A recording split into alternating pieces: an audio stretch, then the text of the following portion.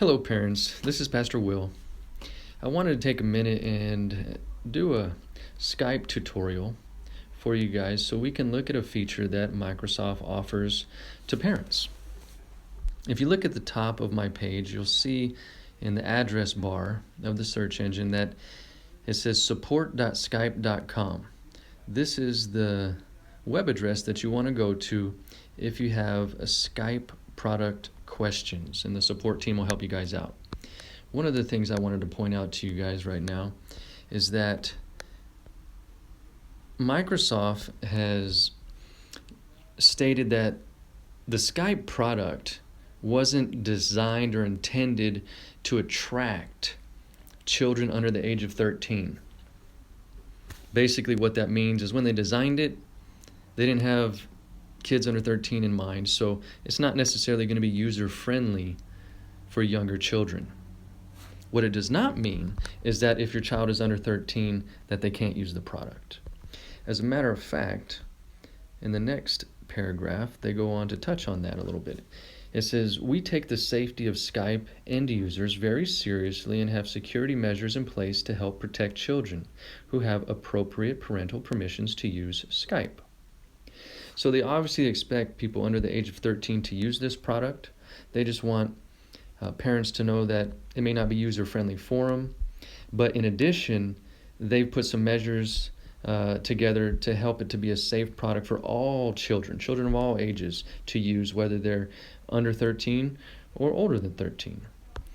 Right underneath that, they point out a couple things that they want you to know about the Skype product being safe. So I'm going to address a couple of those in the Skype product itself. So here I am in my Skype app, and there's two things that I want to address. The first being your child being searchable within Skype, and the second being your child searching for other people in Skype. I'm going to select the chat option in the bottom left corner of my app, and then that's going to allow me to select my profile picture at the top center. So the goal here is to get to your profile settings. So I'm going to go to the bottom and select settings. Then I'm going to go to the bottom and select contacts. I'm going to select privacy. And then in the middle of the page, you can see it says search. Below that, it says appear in search results. What this means is if this feature is on, then your child is searchable within the Skype directory based on their name and maybe some other details like a phone number and so on and so forth. So there's a lot of different ways to search for your child and for your child to be found. If you don't want people to have access to finding your child that way, then you can toggle this button off. You can see it's grayed out now. That means I'm no longer searchable within the Skype directory. The only way I can be found is if the person searching for me has my exact Skype name, or if they have the email, for example, that the exact email address that I used to set up my Skype account. So it's much harder for your child to be found if this is toggled to off. I'm going to toggle mine back on, and then I'm going to go back to the Skype product to talk about the second thing I wanted to talk to you about. I'm going to go to the bottom right corner and select my contacts button. That's going to bring up the contacts section of the Skype product. At the top, you'll see a couple options. My contacts, and to the right of that, all. My contacts means I can see the contacts that I have that have a Skype account.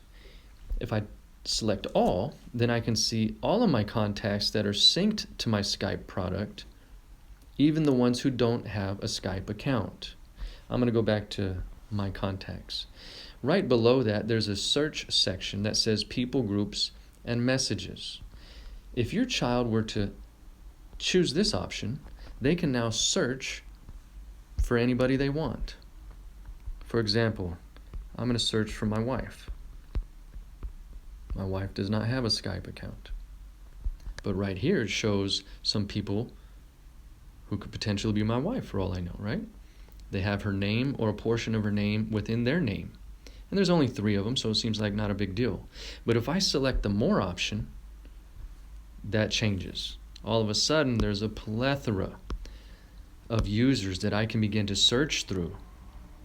Now, what makes this undesirable is some people put pictures for their profile picture. You look at the third person down here, it says Natasha Shenko. If I select her, I can now, not only can I chat with her automatically, I can see her profile picture. Unfortunately, some people put inappropriate pictures as their profile picture, and this will allow your child to see it. So the reason I bring this up to you guys is because I want you to be well aware of some of these features and how you can make it the Skype product safer for your children to use. So obviously you can bring them to this section of the product. You can let them know if you want them to use the product unsupervised or not, or search for people at all, or if you want them to be able to search for people, then you can show them how to properly use this section so that they're not really using that people, groups, and messages section. For those of you who want to look at the instructions that I went through on an iPhone, the steps I went through on an iPhone to be able to toggle that button off, here are the instructions. For those of you that are using an Android product, here are the instructions for you. I hope this is helpful. If you have any questions, feel free to get a hold of me.